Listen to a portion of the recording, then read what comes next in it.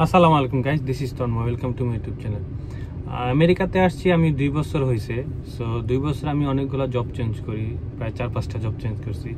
So এই change করার রিজনগুলো কি ছিল আর এগুলোর কারণে মানে জব চেঞ্জ করার কারণে আমার কি প্রবলেম ফেস করতে হয়েছে, সো এগুলো সম্পর্কে আপনাদের সাথে শেয়ার করব। সো অ্যাকচুয়ালি আমার জব চেঞ্জগুলো মেন কারণ ছিল আমার ইগো প্রবলেম।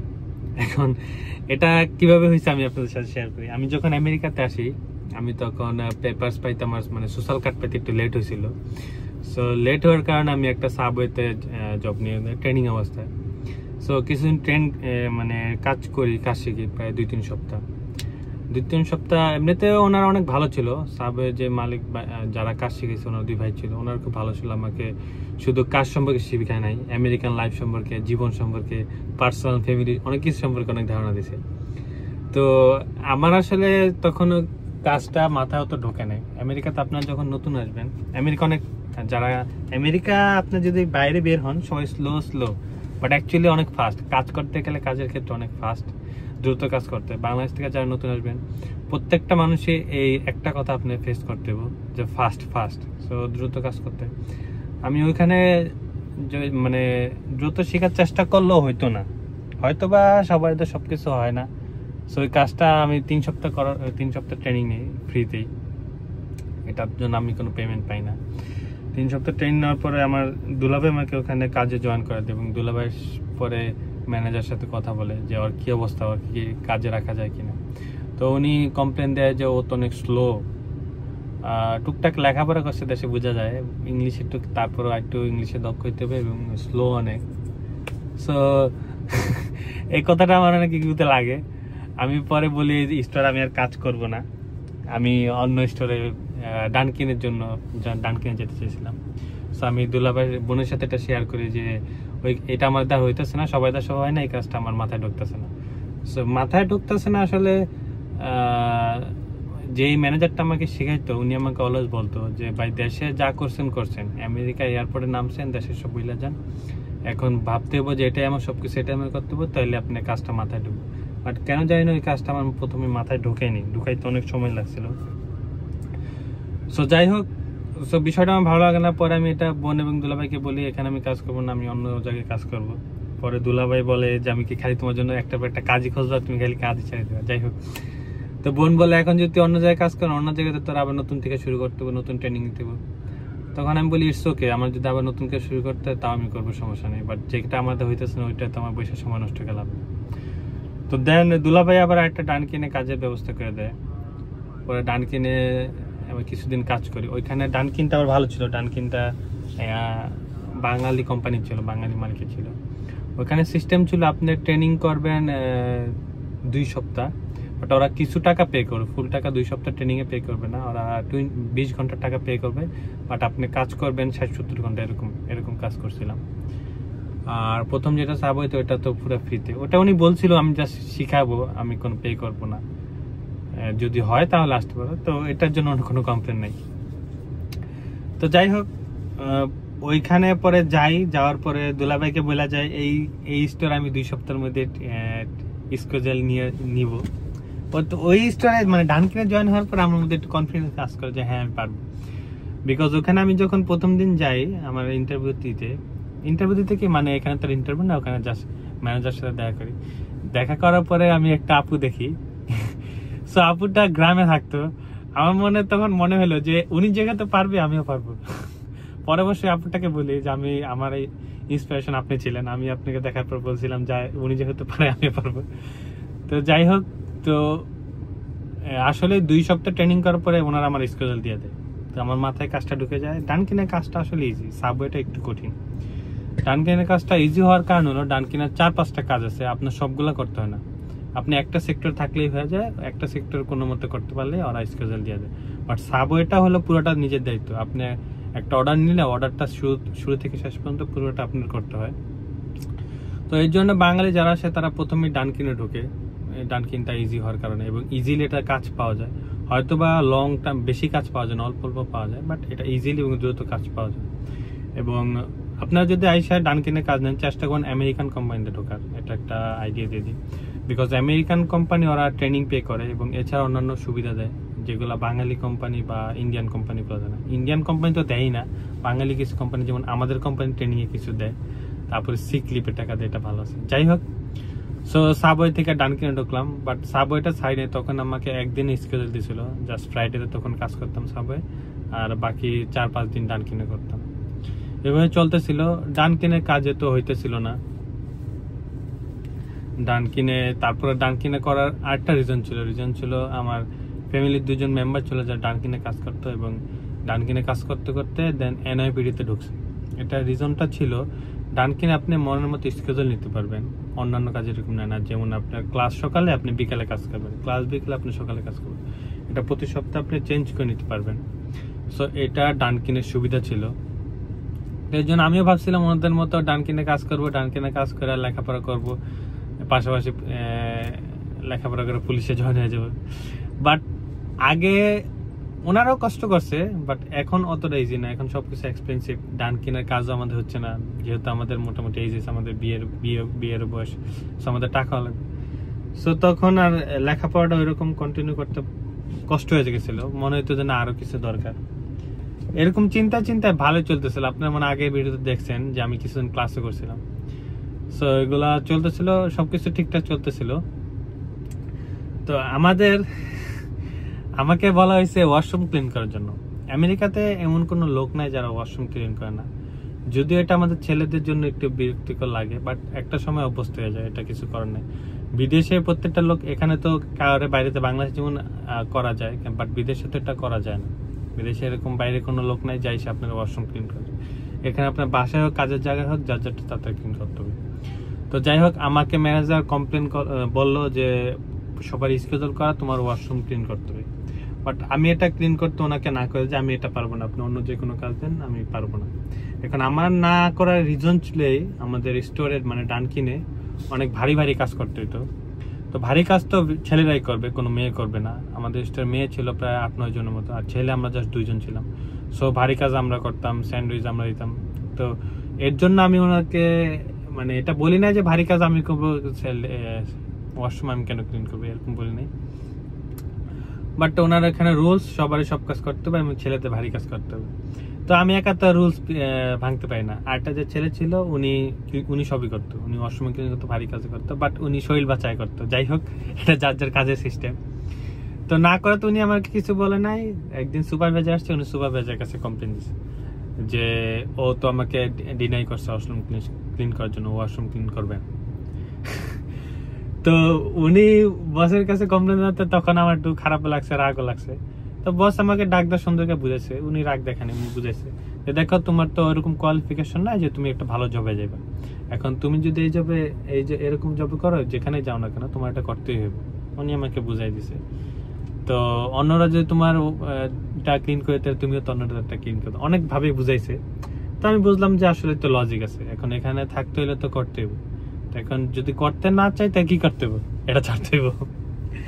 তো এটা ছাড়ার জন্য আমি প্রথমে ট্রাই করলাম উবার।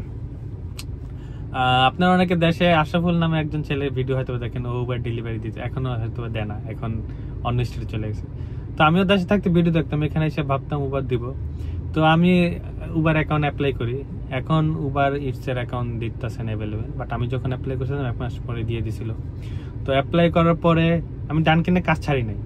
তো ওনারা বলছে, আমার মাথায় ছিল যে এখানে আর কাজ করা যাবে না, তো আমি অন্য অপশন খুঁজতেছিলাম। তো আমি উবারে অ্যাপ্লাই করে অ্যাকাউন্ট দিয়ে দেয়, পরে একদিন ডেলিভারি দিই, রাতে 2টা ডেলিভারি দিই। পরের দিন, তৃতীয় দিন যখন ডেলিভারি দিতে যাই, তো আমি যখন একটা স্টোরে যাই পিক আপ করতে, স্টোর থেকে আমাকে বলে ডেলিভারি ম্যানরা সব বাইরে গিয়ে দাঁড়াও। তো এই কথাটা আমার খারাপ লাগে। বাইরে গিয়ে কেন দাঁড়াবো, ওইখানে যেখানে যে রুলস। তো সবার সাথে বাইরে দাঁড়ালাম, তো তখন আমার একটু লজ্জা লাগে, খারাপ লাগে। তো আসলে এখানে যেখানে যেই ভাও, বাট আমার এটা পছন্দ নেই। পরে আমি ওই ডেলিভারিটা দেওয়ার পর আমি আর ডেলিভারি দিতে চাইনি। আমি চিন্তা করছি যে এই কাজ আমার জন্য না। হ্যাঁ, এটা ভালো, এই বিদেশে এসে সবাই করে, বাট সবাই সব পারে না, সবার সাথে সব যায় না। এটা আমার সাথে যাইতেছে না, আমার মন মানতেছে না, এটা আমি করবো না। সো ডেলিভারিটা গেল, ডেলিভারিতে দিলাম না, ওটা হবে না। ওই সময় সাবওয়ে ছেড়ে দিয়েছিলাম, আবার পরে জয়েন হয়েছিলাম। সাবওয়ে একদিন করতাম, ডানকিনে চলতেছিল। এই হচ্ছে কাজের অবস্থা। এখন তাহলে কি করা যায়? এরপর আমি এর আগে আমি একটা সিকিউরিটি লাইসেন্স নিয়েছিলাম, সিকিউরিটি জবে ঢুকবো। সিকিউরিটি আমার বড় ভাই করে, তো ওইখানে গেছি। ওই সময় ওনারা হায়ার করতেছে না, ওই সময় ওনাদের অ্যাভেলেবেল লোক আছে, তো হায়ার করতেছিল না। তারপরে রেফারেন্স নিলে হয়তো বা যাইতো, বাট দ্বিতীয়বার আমি আর যাইনি, কারণ সিকিউরিটি আমার এটা মন টানতেছিলাম, বিকজ এটা অনেক বাইরে কাজ এবং ঠান্ডা। এটা ভালো, বাট আমার ঠান্ডা ভালো লাগে না, এর জন্য দ্বিতীয়বারে যাইনি। এই একটা গেল। তারপর আমি ট্রাই করলাম কিসে মনে করে নেই। আচ্ছা, এটার পরে আমি আর কাজে ট্রাই করিনি। আমার বন্ধুরা সবাই টিএলসি মানে ট্যাক্সি চালাইতো, তো আমি তারপরে গাড়ি ট্রাই করলাম। তো আমি লাইসেন্স নিলাম, লাইসেন্স নিতে সময় লাগে নাই। তখন আমার ম্যানেজার গেছিল দেশে এবং আরেকটা সুপারভাইজার আছে, উনি ছিল, উনি আমাকে খুব হেল্প করছেন। এতে মানে হেল্প বলতে কি, মানে ছুটি দিছে, আমি যেভাবে চাইছি ওইভাবে দিছে। তো আমি পরে ইজিলি লাইসেন্স নিয়ে নিলাম, অ্যান্ড দেন ডিসাইড করলাম যে আমি আর এখানে কাজ করবো না, আমি ইয়েলোতে নামবো। তো ইয়েলোতে নামার জন্য আমিও কাজের জায়গায় জানাই দিই আমি এখানে আর কাজ করবো না, ইয়েলোতে নামবো। পরে ওনারা বললো আচ্ছা ঠিক আছে, কারণ জানে যে ডানকি নেন আপনার। এরই মাঝে আমার পড়ালেখা বন্ধ হয়ে যায় কারণ কাজের কোনো মিল ছিল না, তো উল্টাপাল্টা কাজ ছিল, আর পড়ালেখা মেনটেন করতে পারিনি। আর আবার 3 দিন বন্ধ দিলে আর নেয় না। তো 3 দিন প্রথম সেমিস্টার কমপ্লিট করছিলাম, আরেক সেমিস্টার কমপ্লিট করলে হয়তো পরীক্ষা দিয়ে আমি হাই স্কুল ডিপ্লোমা নিয়ে নিতে পারতাম, বাট ব্যাড লাক, পড়ালেখাটা বন্ধ হয়ে যায় কাজের এলোমেলোর কারণে। এখন চাইলে পড়তে পারি, এটা যে কোনো সময় শুরু করা যায়, যে কোনো সময় বন্ধ করা যায়, এটা কোনো বিষয় না। অ্যান্ড দেন আমি লাইসেন্স নিলাম এবং অফিসে তো জানাই দিছি। জানাই দেওয়ার পরে ওরা বলছে ওকে ঠিক আছে, ডেট জানাই দিছি, আমি ওই সপ্তাহ থেকে আর কাজ করবো না। এবং আমি গাড়ি পার্টনার যাওয়ার কথা আমার ফ্রেন্ডের সাথে, আমার ফ্রেন্ড ও একা গাড়ি নিয়ে আরেক গাড়িতে চলে যাবে এবং আমি আরেকজনের সাথে রাতের শিফটে কাজ করব, এরকম পার্টনার। আমার গাড়ি রেডি, কাজেও ছাড়া রেডি, সব রেডি। তো আমি যখন কাজ ছেড়া দিছি, সপ্তাহ শেষ 3 দিন আগে কাজ ছেড়ে দিছি, নেক্সট উইক থেকে গাড়ি জয়েন করবো। ওই সময় বিজি, মানে বিজি বলতে অক্টোবর, নভেম্বর, ডিসেম্বর থেকে বিজি থাকে গাড়িতে, যারা কাজ করে তারা জন্য। ওই সময় ট্যুরিস্ট বেশি আসে, তো বিজির কারণে ওই সময় গাড়ি অ্যাভেলেবেল ছিল না। তো আমার ফ্রেন্ড যেটা গাড়ি নেওয়ার কথা, গাড়ি নিতে পারেনি। তো ওরা কাজ করতেছিল, এটা মানে 2 জন কাজ করতেছিল, তো গাড়ি নিতে পারেনি। এর জন্য এখন আমার সমস্যা হয়ে গেছে, সমস্যার কারণে ও গাড়ি নিতে না পারলে তো যাবে না, তো ও না গেলে তো আমি এখন গাড়ি কি করবো। তারপর আমি 1 সপ্তাহ বসা। এই যে আপনারা যদি কাজে চেঞ্জ করেন, এই ধরনের প্রবলেম ফেস করতে হবে, নতুন কাজে নতুন নতুন সমস্যা সৃষ্টি হবে, ওগুলো আপনাদের নিজস্ব সমাধান করতে হবে। তো 1 সপ্তাহ বসা, এখন গাড়ি পাওয়া যাইতেছে না কোনো গ্যারেজ। আমি মানে ম্যানহাটনের এমন কুইন্সের এমন কোনো গ্যারেজ না যাইনি, প্রত্যেকটা গ্যারেজ আমি করছি, প্রতিটা গ্যারেজ আমার চিনা, প্রতিটা গ্যারেজ আমি নাম্বার দিয়ে আসছি, বাট কোনো গ্যারেজে তখন গাড়ি অ্যাভেলেবেল ছিল না। মানে গাড়ি আমরা ভাড়া নিয়ে চালাই, তো ভাড়ার মতো গাড়ি অ্যাভেলেবেল ছিল না, সবাই অলরেডি নিয়ে নিছে। আর আমারও তো কথাই ছিল ফ্রেন্ডের সাথে যাওয়ার, বাট ফ্রেন্ড নেয় নাই। এখন দোষটা হয়ে গেছে আমার, যে আমি কেন আগে চেক মানে নিয়ে রাখিনি। যাই হোক, আমি আমার ফ্রেন্ডদের কমপ্লেন দিই না, এটা আমার ভাগ্যে এরকম ছিল, আমি ইজিলি নিয়ে নিছি, ওকে। বাট এটা আসলে দোষটা হিসেবে ওদের নেওয়া উচিত ছিল গাড়ি, আমি যে ওদের সাথে পার্টনার চলে যেতাম, বাট ওরা নেয় নাই, ওরা আমার দোষ দিয়ে দিছে। যাই হোক, তো এখন আমি কি করব? এখন কেউ তো এখানে কাউকে রেডি করে দেয় না, যার যার রাস্তা নিজে দৌড়িত। এখন আমি গাড়িতে তো পাইতেছি না। এখানে আরেকটা অপশন আছে, আপনি চাইলে গাড়ি ভাড়া নিয়ে আরেকটা অ্যাপস আছে উবারের মতো, বেজ বলে ওটাকে, বেজে গাড়ি চালাতে পারে। ওইটাতে আমি 2 সপ্তাহ কাজ করছিলাম গাড়ি ভাড়া নিয়ে। তো ওইটা আমি এলাকার এক ড্রাইভার, মানে এলাকার একজন, উনি গাড়ি ভাড়াতে ওনার থেকে নিছি, নিয়ে 2 সপ্তাহ কাজ করছি। ওইটা একটু হার্ড, মানে হার্ড বলতে একই, গাড়িতে ইনকাম মোটামুটি কাছাকাছি সবকিছু, আহামরি পার্থক্য না, বাট ওইটা একটু ঝামেলা মনে হতো। আর ওইটা ব্রঞ্জে কাজ করতে ভালো লাগতো না। তো কাজ তারপরে করতেছিলাম, শিখতেছিলাম, নতুন একটু কম হইতে আস্তে আস্তে আমার ইনকাম বাড়তেছিল। প্রথম সপ্তাহে গাড়ি ভাড়া তুলছি, পরের সপ্তাহে গাড়ি ভাড়া থেকে একটু বেশি মেক করছি। বাট ওইখানে একটা ছিল কি, উবারের মধ্যে আমরা পিক আপ করতে যাইতাম। তো পিক আপ লোকেশন যদি দূর হইতো আমরা ক্যান্সেল করে দিতাম। তো লাস্টে একটা যাত্রী মানে নিছি, ওটা পিক আপ লোকেশন দূরে ছিল। পরে আমি ওটা এটা আমরা ক্যান্সেল করতে পারতাম না, অফিসে ফোন দেওয়া বলতে হইতো ক্যান্সেল করতে। তো অফিসে ফোন দিচ্ছি, পরে উনি আমাকে বলছে যে তুমি যাবে না। আমি না, এটা তো অনেক দূরে, বাট ওখানে আর কোনো ড্রাইভার নেই, তোমার যেতেই হবে।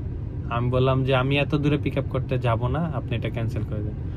উনি বলে তোমার যদি কন্টিনিউ করতে এখানে কাজ, তোমার মানে একটু রুডলি বলছে, তোমার এটা কন্টিনিউ যদি করতে চাও আমাদের সাথে, তাহলে তোমার এটা পিক আপ করতে হবে। আমি বলছি না, আমি কন্টিনিউ করবো না। উনি রুডলি বলছে, আমি রুডলি বলছি, বাস ওখানে শেষ।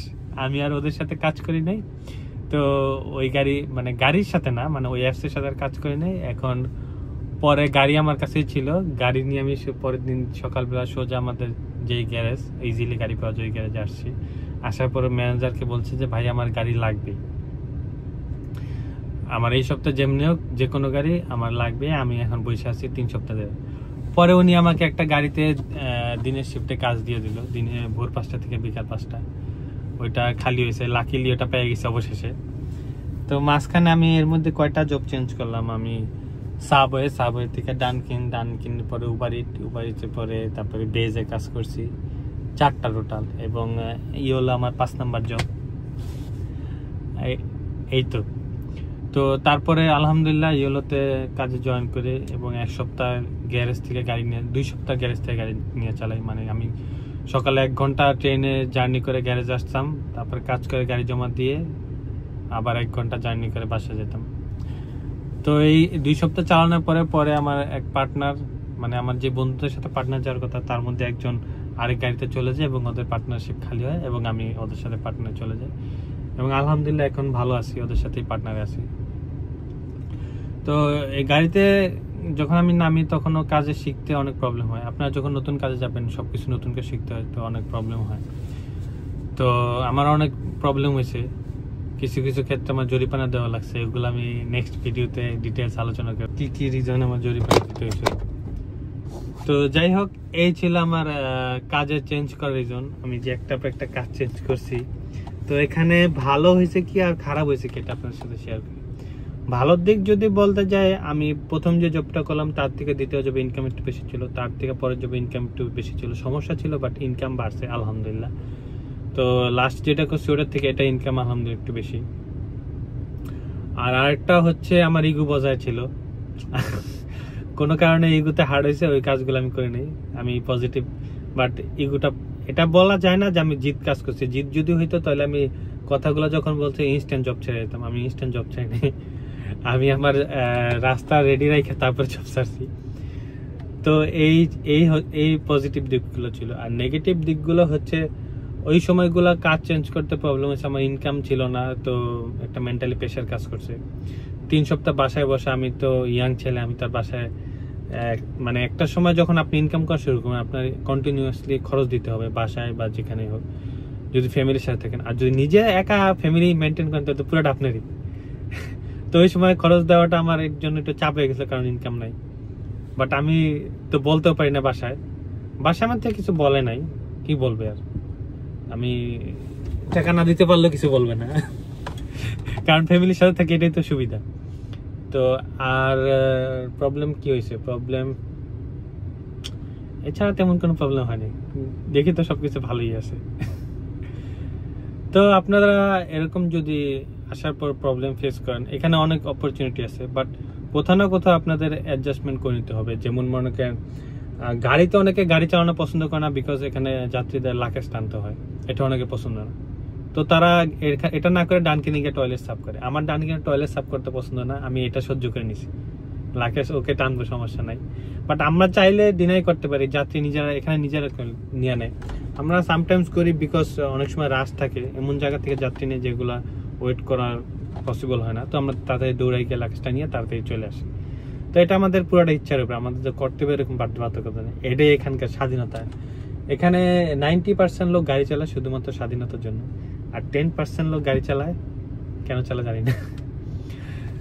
সো এই তো আমার ছিল জবের সুবিধা এবং অসুবিধাগুলো। আর আরেকটা অসুবিধা হয়েছে, আমি আগে যে জবটা করতাম ওইটা যদি মানে টানকিন যদি কাজ করতাম, আমি পড়ালেখা করতে পারতাম, ইনকাম কম হইলেও পড়ালেখা হইতো। এখন এতদিনে হয়তো আমার হাই স্কুল ডিপ্লোমা হয়ে যেত, আমি কোনো গভর্নমেন্ট জবের জন্য ট্রাই করতে পারতাম। এই একটা আরেকটা অসুবিধা হলো, আমি যদি এখন কোনো লোন নিতে যাই এটাতে একটু প্রবলেম হবে, কারণ এতদিন আমি W2 মানে একটা জবে ছিলাম, এখন গাড়ি চালানো এখানে বিজনেস ব্যবসা হিসেবে ধরা হয়, দুইটা আলাদা। তো আমি লোন টোনের জন্য যদি কোনো অ্যাপ্লাই করি এটা আমি পাবো না, এখন যদি অ্যাপ্লাই করি। বাট আমি যদি আবার 3-4 বছর গাড়ি চালাই তারপর যদি অ্যাপ্লাই করি তখন পাবো। কিন্তু আমি আবার 3-4 বছর পর আবার গাড়ি চালাবো না, তখন আমার ইচ্ছা হবে অন্যদিকে চলে যাবে, বিকজ গাড়ি চালানো বেশি দিন গাড়ি চালানো ঠিক না। যারা আপনারা গাড়িতে নামবেন সর্বোচ্চ 3 থেকে 4 বছর করবেন, এরপরে অন্য জবে যাওয়া ভালো।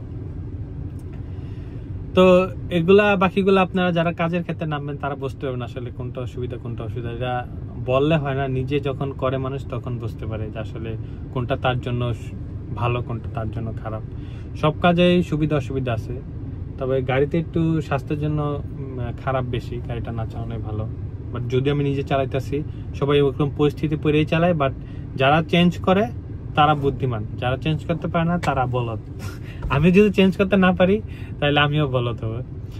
তো এই তো ছিল আজকের ভিডিও, আপনাদের সাথে ভাবলাম বিষয়গুলো শেয়ার করি, কারণ আমেরিকাতে আসার পর আপনাদের সাথে এরকম প্রবলেম ফেস করতে আবার না হইতে পারে। অনেকে আসার পরে ডানকিন করতেছে, 20-30 বছর তারপর ডানকিন করে সংসার চালাইতেছে, চলবে, জীবন কোনো না কোনো ভাবে চলবে, এত হেডেক নেওয়ার কিছু নেই।